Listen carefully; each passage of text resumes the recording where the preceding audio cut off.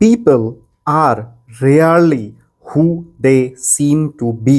Lurking beneath their polite, affable exterior is inevitably a dark shadow side consisting of the insecurities and the aggressive self-impulses they repress and carefully conceal from public view. আমি এভাবে কেন পড়তেছি? The reason is, if you want to speak very clearly, in a very skilled way and fluently, articulately, then you should also practice reading like this at least for 5 minutes a day. Reason কি? রিজনটা হচ্ছে, have you ever noticed professional athlete যারা, তারা let's say for body building, কেউ যদি তার tricep better করতে চায়, ট্রাইসেপের 3টা আলাদা মাসল থাকে। এখন কেউ যদি জাস্ট রোপ পুশ ডাউনই করতে থাকে, তার কিন্তু একটা মাসল গ্রুপ ইমপ্রুভ হচ্ছে, বাকিগুলো হচ্ছে না। সো বাকিগুলোর জন্য কিন্তু আলাদা এক্সারসাইজ থাকে।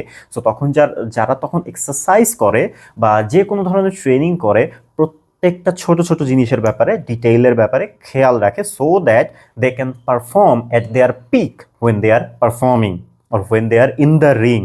So this is exactly what happens যখন আপনি এইভাবে পড়েন। এইভাবে পড়লে কি হয়, আপনার ফেশিয়াল মাসেলের প্রত্যেকটা মাসেল এঙ্গেজ হয় যখন আপনি কথা বলতেছেন। সো দ্যাটস ওয়াই যখন আপনি অ্যাকচুয়ালি ইন রিয়েল লাইফ কথা বলবেন, তখন you can pronounce word easily, you can pronounce word without with bare minimum effort.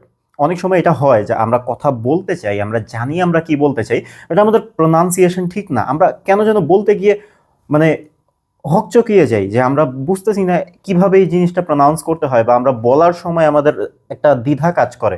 এই জিনিসটা থেকে বের হওয়ার জন্য you should practise reading this way.